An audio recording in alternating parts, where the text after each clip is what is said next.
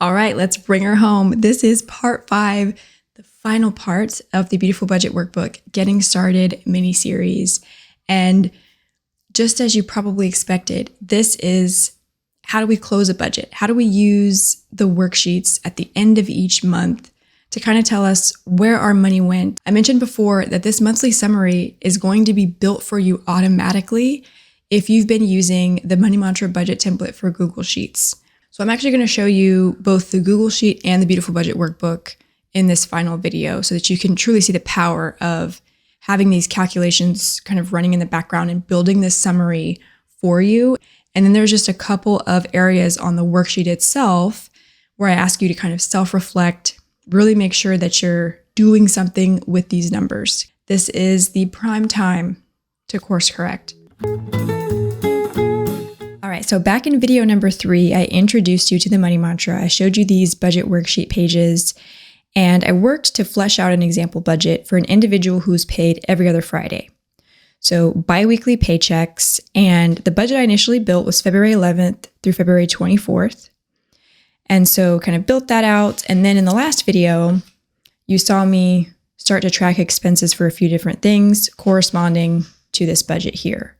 So what I've done is I've gone ahead and finished out the expense tracking for this example budget. And I've also extended the example to include January 28th to February 10th, because I want to show you what a kind of paycheck to paycheck budget closeout looks like, and then what a monthly budget closeout looks like.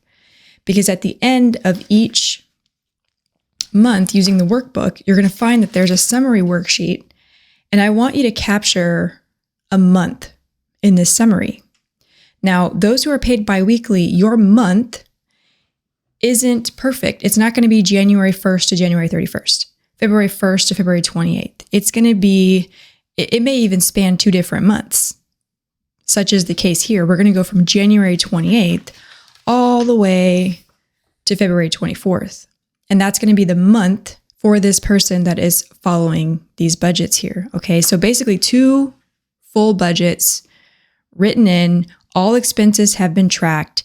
And I'm going to show you first how we go from middle of the month into the next budget.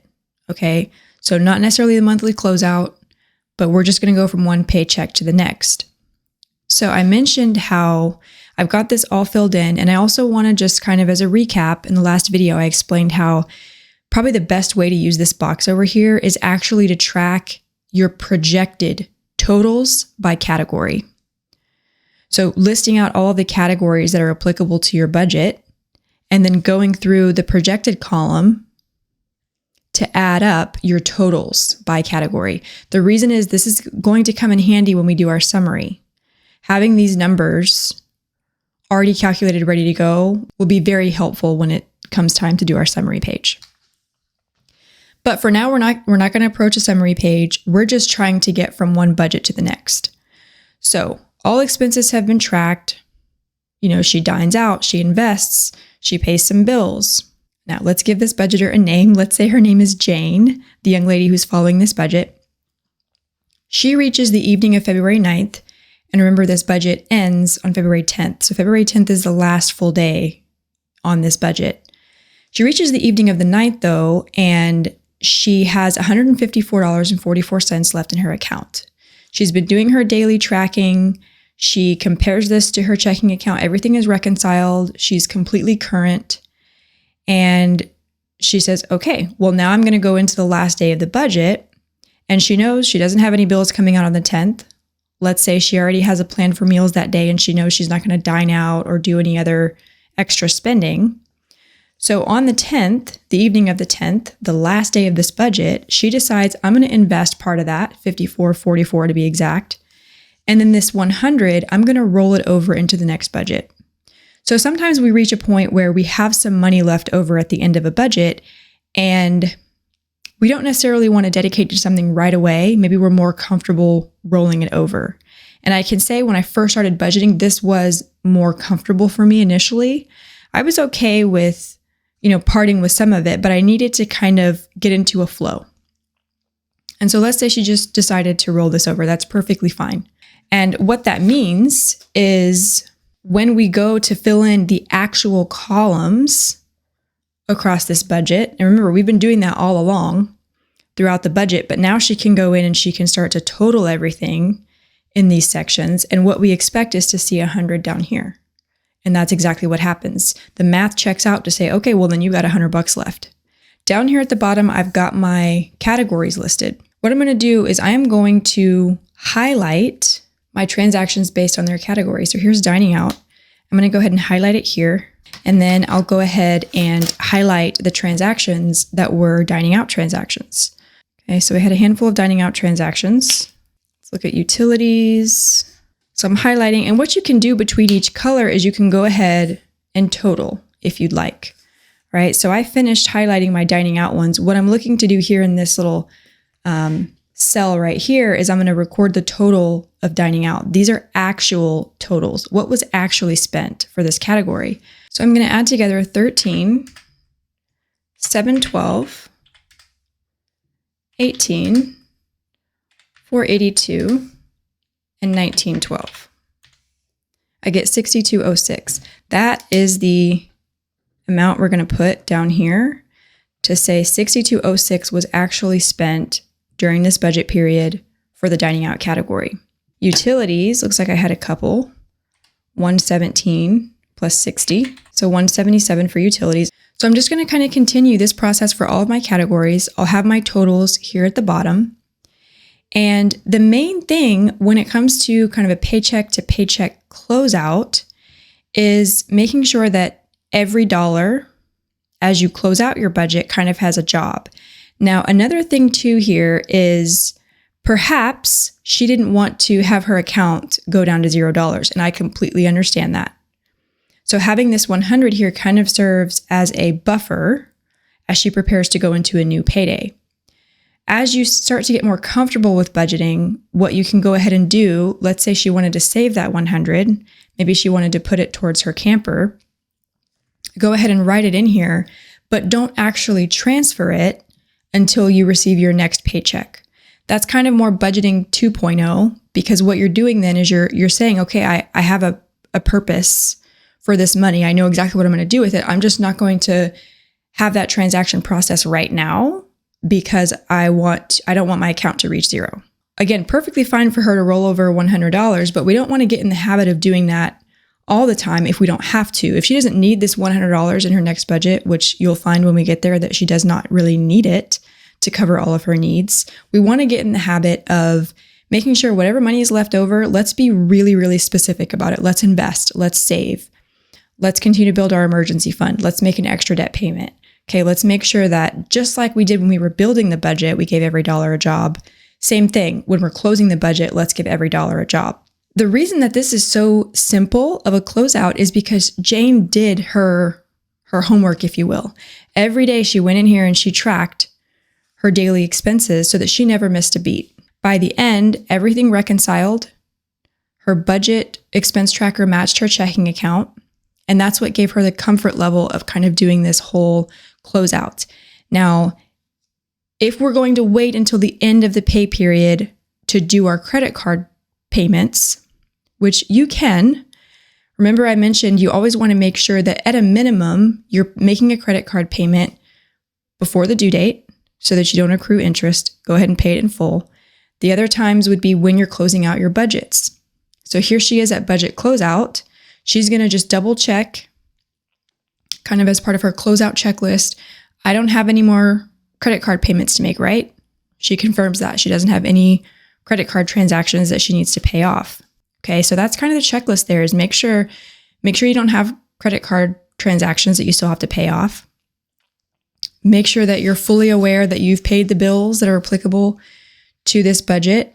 Everything is now logged in the actual column of your Money Mantra budget sheets, that your numbers are kind of matching. So having $100 left here and $100 left here, that matches. So that's good. She's been keeping track the whole time. Now she's just going to do her totals. And when we launch the next budget, just like you saw me do in the last video, she has a starting balance here of $100. Now, once we advance to this next budget, so now we're pretending as though all the transactions have occurred for this budget, bills have been paid, etc. There's one change that we did here, which remember we went ahead and said that she did a cash envelope for this one for dining out. Same thing, I used this table for projected totals, but this cash envelope, let's kind of revisit that. Remember how I mentioned leave some space. So she goes to the bank, takes the money out, $100 in that cash envelope. As she's spending money on dining out, she's recording all of her transactions inside of her cash envelope. She doesn't record them here because that would just be duplicate effort, right? She records them in the envelope. And let's say she ends up spending $90. So here's what we're going to do. We're going to go back into these spaces and we're going to basically tell our budget, okay, here's how that 100 actually got spent. She spent 90. Jane spent $90. Now don't do any math here. You're going to find that the math is unaffected because we're going to do something with every single dollar right here. So $90 was used for dining out. So that means that she has $10 left in that envelope. She's going to have to make a choice. What am I going to do with that $10? So let's say what she is preferring to do is to take that right back to the bank and go ahead and deposit it into her account. Save that $10. Okay, and then you can basically just strike through this transaction. The numbers are unaffected. And I'll even zoom in here so this is a little bit easier to see here. Before she took this money out, she had $1,540 in her account. When she took the $100 out, her account says, all right, I have $1,440. But we're going to ignore that withdrawal and we're going to say, here's how that 100 was actually used. 90 for dining out and 10 for savings. So we've taken this $1,540 minus 100 leaves us $1,440. And you can see the math, we just keep going. Now I'll go back to my money mantra pages and I'll fill in my actual columns. I'll say, okay, $90 was spent on dining out. I'll check that off. Whoops. Looks like I got that page wet. That's what I get for having drinks on my desk here. So we'll check that off. And then the $10 for savings, let's get really specific about what that's going to be for. Let's say it's going to be for the camper. Again, didn't necessarily anticipate that. That wasn't something we budgeted for, but $10 now. That's going to go towards the camper. Okay, and we can check that one off. Now, again, the math just kind of continues. This is how her paycheck went. So let's say it's now the 24th. It's the last day of the pay cycle. And all of her bills for this pay cycle have been paid. She's even, spent a little bit of money for herself. She's done all of her saving. Okay, so lots of different ways we can do this. We can kind of direct some money back to Jane for just kind of money for herself again, fun money. We can save, we can invest. You want to assess, going through the mantra, like what is the health of the emergency fund now? Should I maybe put a little bit more into that? If I'm Jane, this is what I'm asking myself. Should I put some more into the emergency fund? Do I want to pay extra towards debt? If you have high interest debt, then absolutely. When I say high interest, I'm mainly talking about credit cards. But in this case, her debt is not high interest. All right. Her emergency fund is growing, right on pace. Let's say she's going to be able to reach 4 months of expenses saved here in just a couple months, kind of keeping pace with this. So she's not just super eager to put money here because she's right on pace with where she should be. But let's say she's really eager to max out her Roth IRA this year. She's already getting her employer match for her 401k, which is something that happens before she ever gets paid. Okay, that's how 401ks work. And other employer-sponsored plans, that's how they work, is the money comes out before you even see your paycheck. So she's contributing up to the match there, and the next step is her Roth IRA. So the first part of this month, she ended up contributing $254.54. So these were both Roth IRA. And now contributing $500 each month over the calendar year maxes it out for the calendar year. And that's based on 2022 figures. The Roth IRA has an annual contribution limit of $6,000 for an individual. So $500 a month, that's $6,000 for the year. So she's really trying to see what she can do to contribute $500 a month. So 500 minus 354.44, 145.56 allows her to max out her Roth IRA. For this month anyway, just kind of trying to create that tempo of $500 a month. So that leaves $90.67. let's go ahead and log this over here. 145.56. Can check this off now. I'm going to go ahead and just kind of save this money for myself. So she can go ahead and call it savings. You can just call it fun money, personal money. And now we're budgeted down to 0. And again, if it's the 24th, it's not payday yet. And so this would literally take her account to 0, which we don't necessarily want to do. So what I would do is come over and pencil and put a P over here to say pending, or maybe just some cue to myself, like an asterisk or something, like make this transfer tomorrow when my next payday actually hits. So when my next paycheck is in the account, go back and then do this transaction. That way the account isn't going to go down to 0. And what I can do now that everything has been allocated and I'm ready to truly do my summary, I'll go ahead and total these numbers, make sure that this reconciles down to 0 like I need it to.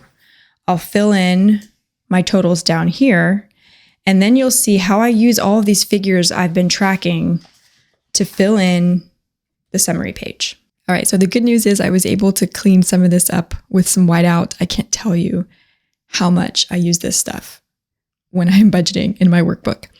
Anyway, also kind of adjusted some things, slight little error here. When I close out the last video, this should have been categorized as miscellaneous, this fun money here.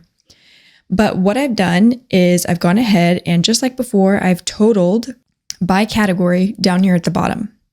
So this now captures everything that was actually spent by category for this budget right here.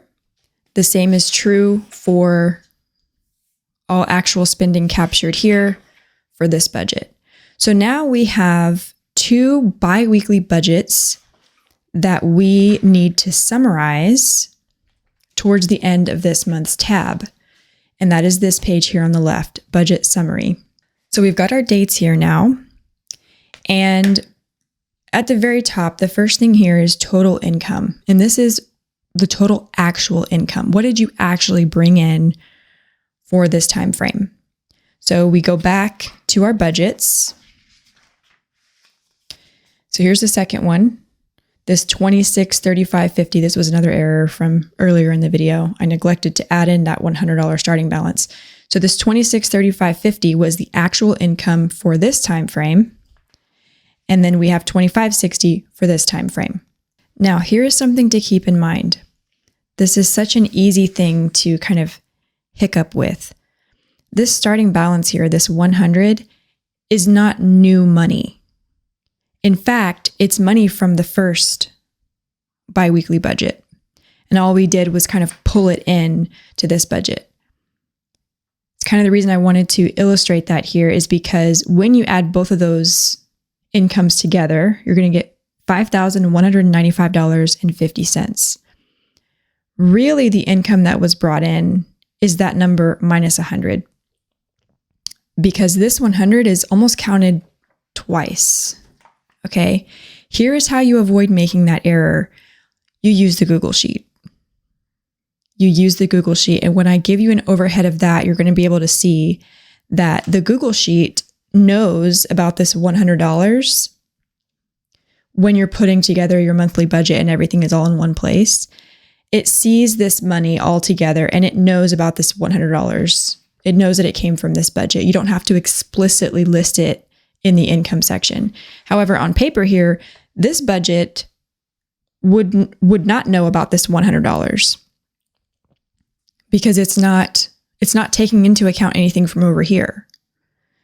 Okay, so when you're doing it on paper, that it kind of breaks things into each of their own pieces, but the Google Sheet helps you realize, oh yeah, that 100 isn't new money.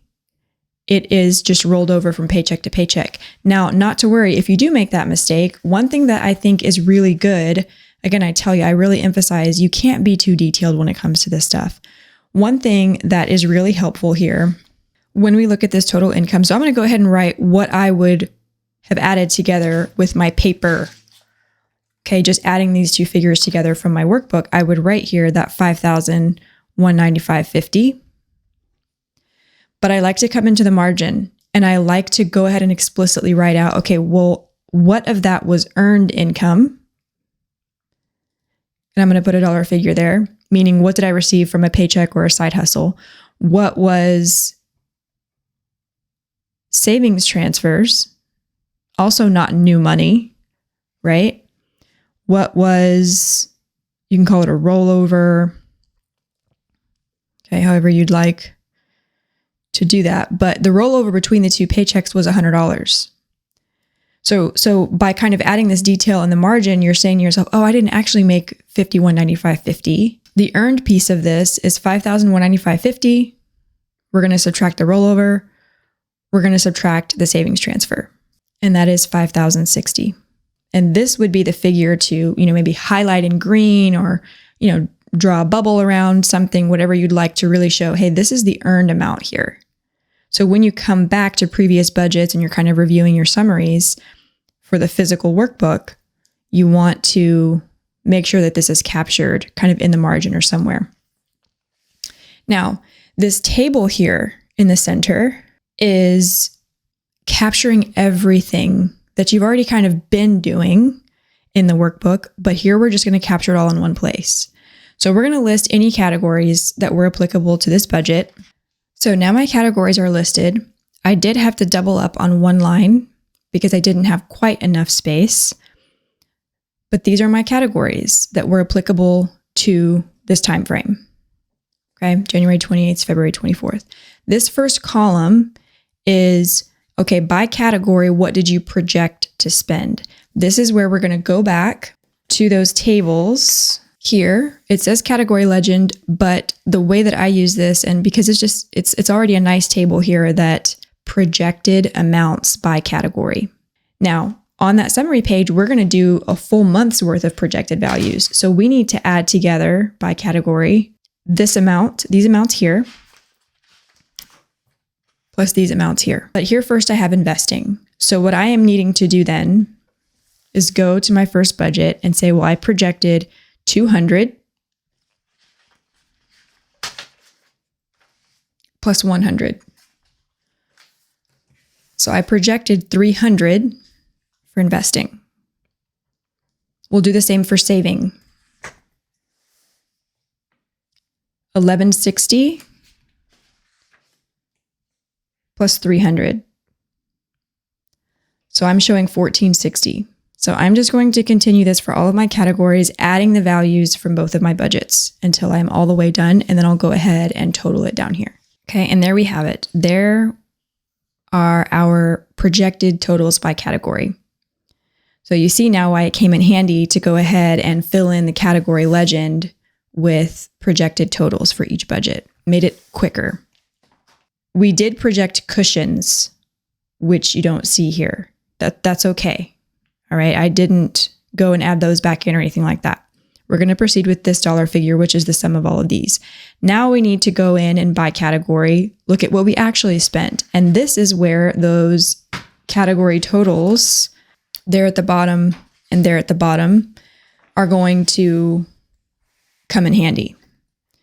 So same thing. So first up is investing. I'm going to go to my expense tracker and I'm going to say what was actually invested. $245.56 plus $254.44.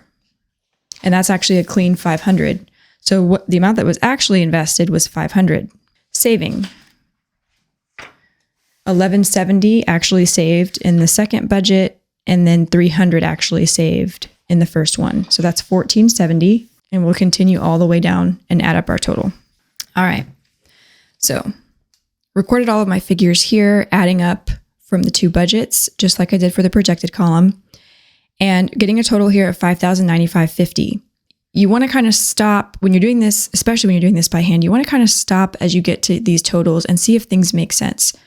So we talked about earlier how up here, this $5195.50 actually had that 100 counted twice. We had it counted in the first budget. Okay, so it was just the income, but we rolled over part of that into here. But it wasn't new money, right? So this really is the earned income plus the savings transfers, which is $5095.50. So this number makes sense. Now, if we were to go in here and say, well, we did also budget, 300 in cushions, then you would see that your total here would be $5095.50. And this is good because what does that mean to have these numbers match and to have it match up here? It means that we gave every dollar a job. So your initial budget is giving everything a dollar coming in. And then once you're actually paid and you proceed through your budget, you do your spending, you do your saving, you do your investing, it's important to make sure that you're closing out giving every dollar a job too. Okay, it goes both ways there. Now this column here is saying, okay, well, by row, how far off were you? Okay, now here's where I want you to pause and also think, look at the line that you're writing for. Because to say here that we overspent by $200 that's not a bad thing here because we're talking about investing. And this is going to be, in a moment, this is going to be something that I kind of that I trace here in green to say that's a really good thing. Again, that's a good thing. We saved $10 additional. Okay, debt, we break even. Okay, so we're just going to continue on with this all the way down. It could be a good thing to come over here and update this because you did in fact project $300 in cushion. Okay, and this figure here, what you actually spent in your cushion would be 0. This is always going to be 0 for this.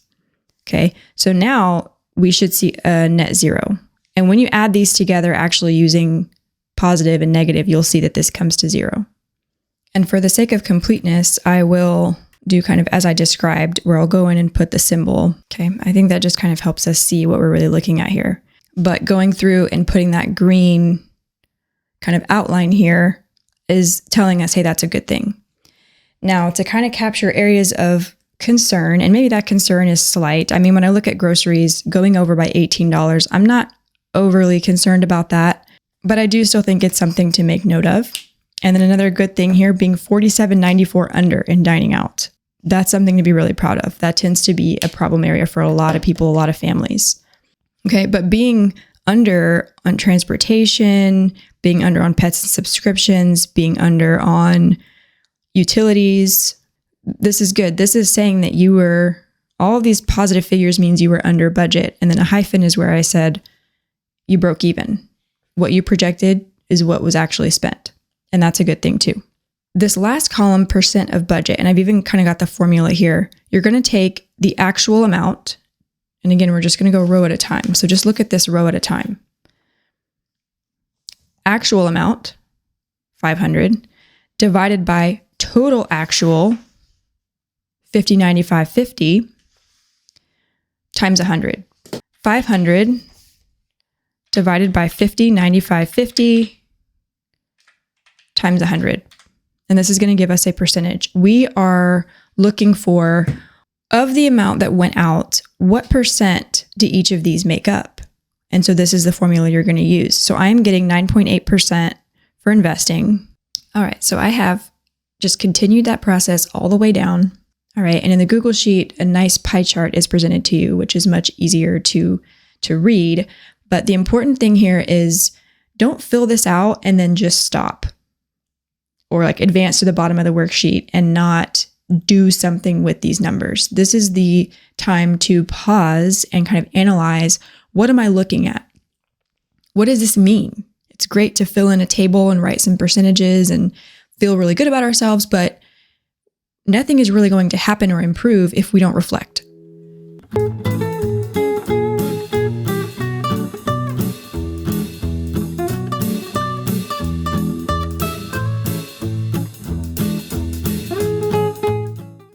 There is so much that you can learn about yourself, about your spending, about your discipline when you kind of assess this table. And again, kind of highlighting here where things are strong and where things maybe need a little bit of help, which is a good kind of bridge to the next thing I want to point out on this worksheet, which is strengths and areas to improve. So investing and saving, again, these look great. Dining out, being under budget on dining out, that's fantastic. As far as areas to improve, I mean, Jane wasn't super far over budget with groceries.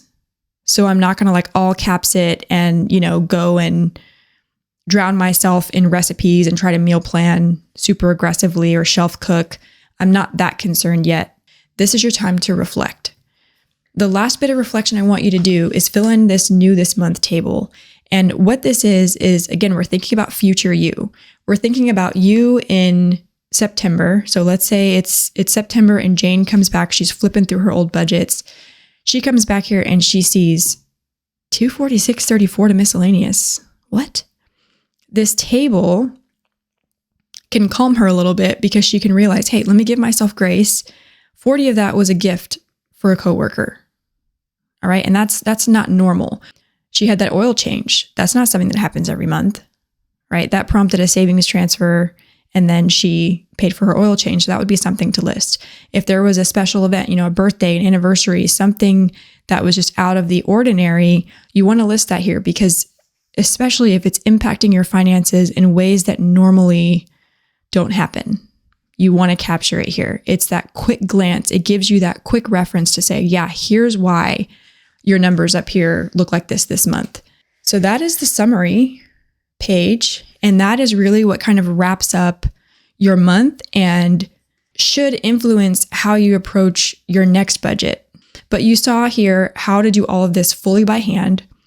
And I know that some of you will favor that. But for those of you who are interested in having kind of a hybrid approach using the Google Sheet and this, I'll now cut to kind of an overhead where you can see what the closeout looked like for the first budget on the Google Sheet and then the second one. Because what you'll find is that when all of your actual data, all of your actual numbers are put into the Google Sheet, this table is created for you.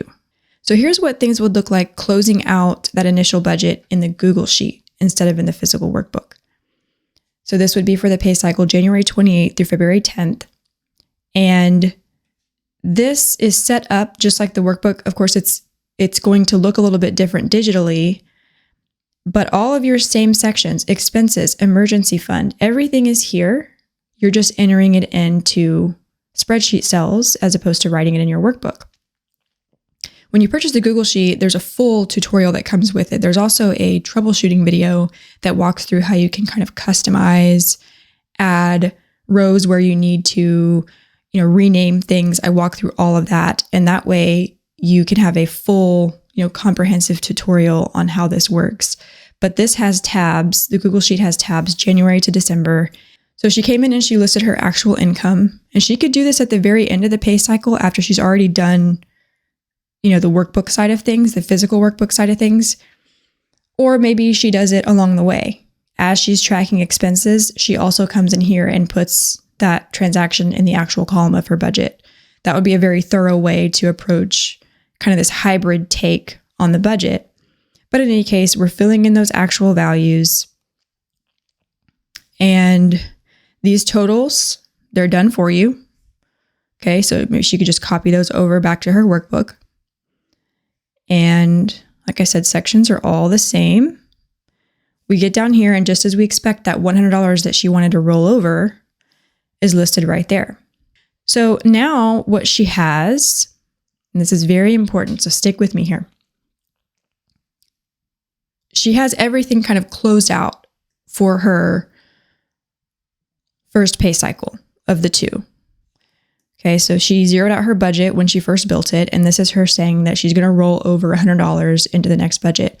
Unlike the workbook, you don't need to tell the Google Sheet about that $100. Because guess what? She earned the 100 in the first pay cycle. So you don't have to go in here and put starting balance and then put a 0 here and then put a 100 like we did in the workbook.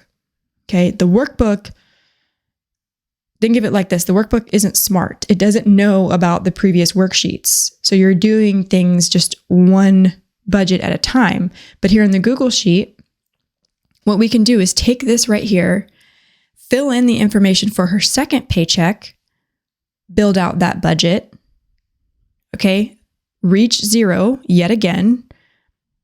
Down here, reach 0 yet again, meaning we gave every new dollar a job that came in, and we'll be ready to approach that second pay cycle and start tracking expenses. But I really want to stress here, you do not want to put starting balance $100 in here. Because guess what's going to happen then is your budget's going to say, oh, you made $100 more. So really you have 200 extra, and you don't, you only have 100. So in the Google Sheet, do not put starting balances between two pay cycles. You can put it up here at the front of the month, but don't put it between pay cycles because you're listing income twice in that case. So what does this look like when we go in from this sheet right here and we just add on the second half of the month? Here's what that comes to look like. Now I'm capturing January 28th through February 24th. Got my paychecks, that savings transfers there. This should all look familiar from the workbook. But now you're seeing that on top of everything from the first paycheck, the second paycheck's information is now included. So all this looks familiar. It's basically merging everything together. $300 is listed here because I did go in and delete the cushions. When I'm ready to prepare my monthly summary, I actually do go up and I delete the cushions. Okay, I'm basically telling my budget like, great, they did their job, now they go away. So that's why that 300 is there. But I did zero out, meaning I gave every dollar a job as I closed out this budget. Notice how when I slide over to the summary now, here is my pie chart. And you can check these values, these percentages are exactly the same as the ones listed here. If we had used the Google Sheet and then copied over everything onto the workbook instead of the other way around, we wouldn't have that hiccup here with total income. Right, where the rollover was $100. The Google Sheet knows what to do with dealing with that income. So it's got that 50, 95, 50. This exact table is right here. So I always say, close out your budget in the Google Sheet and then transfer, like copy over the information to your workbook. You're more prone to make errors when you do it all by hand, but at least this way, this is done for you. And then from here, I can just start my reflection. I can say, where was I over? Where was I under? I can log what was new this month, and I can log my strengths and areas to improve. So now you've seen from start to finish, the creation of a budget, the upkeep, different trackers that you have, and just how this system is unlike any other. It truly is different. The money mantra is one of a kind in that it's an ordered template that takes into account the big picture, which is wealth building. I hope you'll be on the lookout for an upcoming series that I'll be bringing over to YouTube. It started over on Instagram. I'm going to bring it into YouTube. It's called Build My Beautiful Budget. You can go and you can submit your numbers and some of your information, nothing personal, nothing confidential, but submit some numbers to me with your information.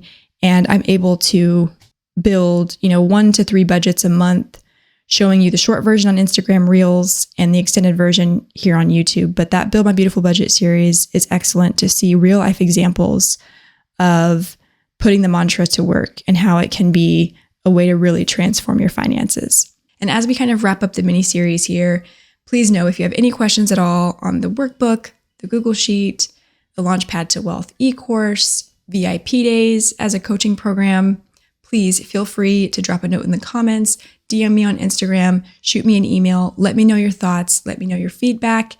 Your feedback means a lot to me because the Beautiful Budget Workbook is revised every single year and kind of wrapped into a new design. So trust that your feedback will be heard and it helps me shape a better product each and every time. I hope you've enjoyed the mini series. If you are looking forward to more content from me, videos where I walk through real life budgets inside of the workbook, our personal budget inside of the workbook, also covering all things personal and family finance. I'll even be covering a little bit of business topics along the way here on YouTube. If you're looking forward to that, be sure to like, subscribe, hit that bell so that you never miss a beat because I am going to be a lot more active on YouTube going forward and your support is much appreciated. Thanks for watching this mini series and I'll see you next time.